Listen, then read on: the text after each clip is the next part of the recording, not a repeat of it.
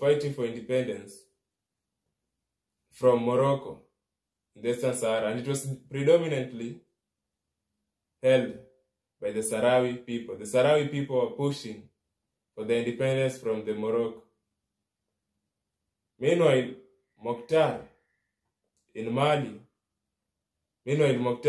Mauritania was an authoritarian leader. He was almost like a dictator. He was used to united his country. The three main tribes in Mauritania are the Moors, the black and white Moors, those are two tribes, and the black Africans who settled mainly to the southern of Mauritania. Mokhtar united these three tribes in Mauritania.